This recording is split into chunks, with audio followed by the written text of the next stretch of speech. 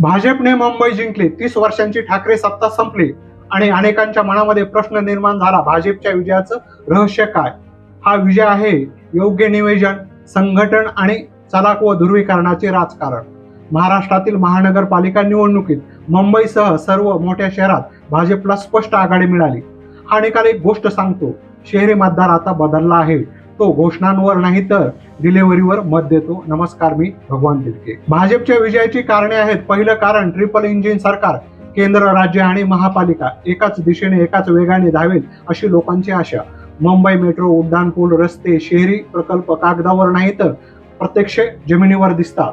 काम दिसतं म्हणून लोक मत देतात. दुसरं कारण आहे लाडकी बहिणीसारख्या कल्याणकारी योजना, थेट आर्थिक मदत, डायरेक्ट बेनिफिट ट्रान्सफर. या फक्त स्कीम नाहीत, हा आहे मतदारांशी थेट संवाद. ग्रामीण असो वा शहरी गरीब, भाजपशी मतपेटी विस्तारत गेली आहे. तिसरं कारण, देवेंद्र फडणवीस यांचे मजबूत नेतृत्व, मिशन मुंबई, ट्रॅफिक, प्रदूषण, पाणी, वाहतूक, थेट मुद्द्यांवर प्रचार, भावनिक घोषणा नाही तर प्रशासनिक एजेंडा.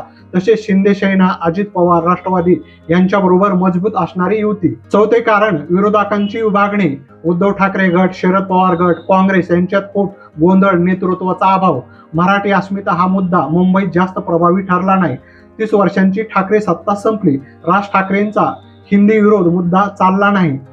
आणि एक कठोर सत्य, भाजप आधी युती करतं, नंतर राजकीय अवकाश व्याप्ते व मित्र पक्षांना गिळून घेतो. गोवा, पंजाब, ओडिसा, आसाम आणि आता महाराष्ट्र इतिहास साक्षीदार आहे.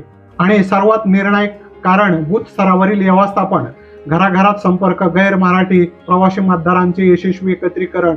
निवडणूक टीव्हीवर नाही तर बूथवर जिंकली जाते. हा विजय 2029 लोकसभेचा ट्रेलर आहे.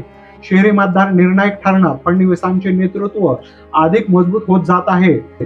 निवडणुका फक्त घोषणांवर जिंकता येत नाही तर त्यासाठी संघटन मजबूत असावं लागतं. धन्यवाद.